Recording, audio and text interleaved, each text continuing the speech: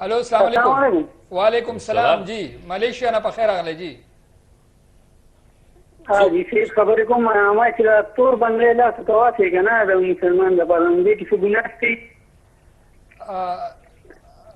تور بنگړې چې لاس ته مولوي صاحب واچي دي کې ګناه شته که نشته؟ تور بنگړی خلک دوه وجونه اچوي. اوله خبره خدا چې نر د پاره بنگړي اچول دا قطعا ناجایز دی او د هر هغه شی چې هغه د ښځو سره مشابهت لري په هغه باندې رسول الله صلی الله علیه وسلم لعنت ویلی دی. ټیک شو.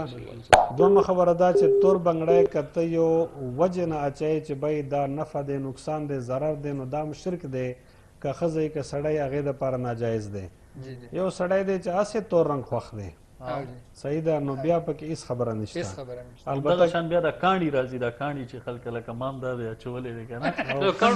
دې بنګړي خو زه مو یارونه خو د ما را د بلډ پریشر دی چې دې ځان ته خیال شو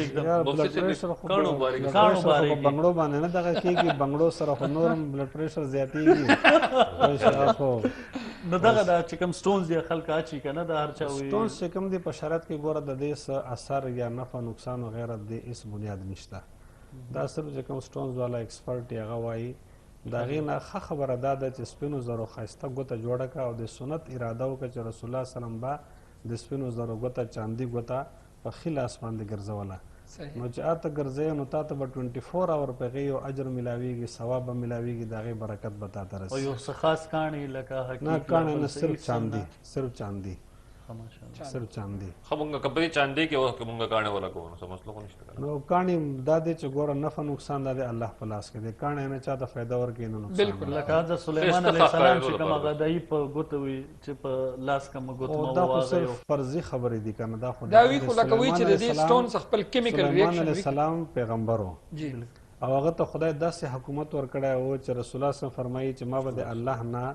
د دې دنیا حکومت غوښتی و خو زه نه غواړم چې د سلیمان علیه السلام نه زه لکه په دې هغه کې مخکې شما چې هغه سوال کړی و چې یا الله ما ته داسې حکومت راکړې چې ما نه بعد چاته بیا ته نه کې ور نو د هغې دعا د وجې نه رسول الله صلی د خدای پاک نه حکومت نه دی غوښتی.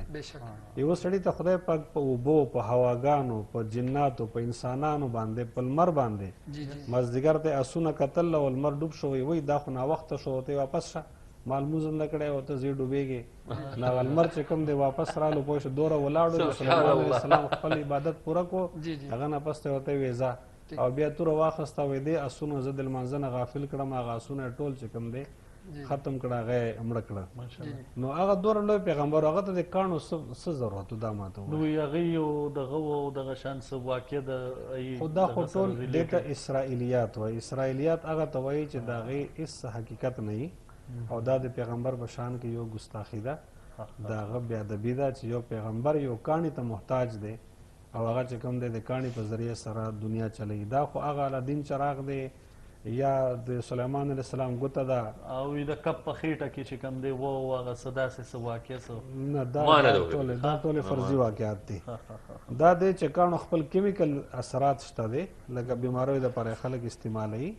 په هغې کې لکه ثواب او عذاب وغیره یا د دین خبره په دې کې نشته. او په قرآن کې د کاڼو حوالې سره څه ذکر راغلی دی؟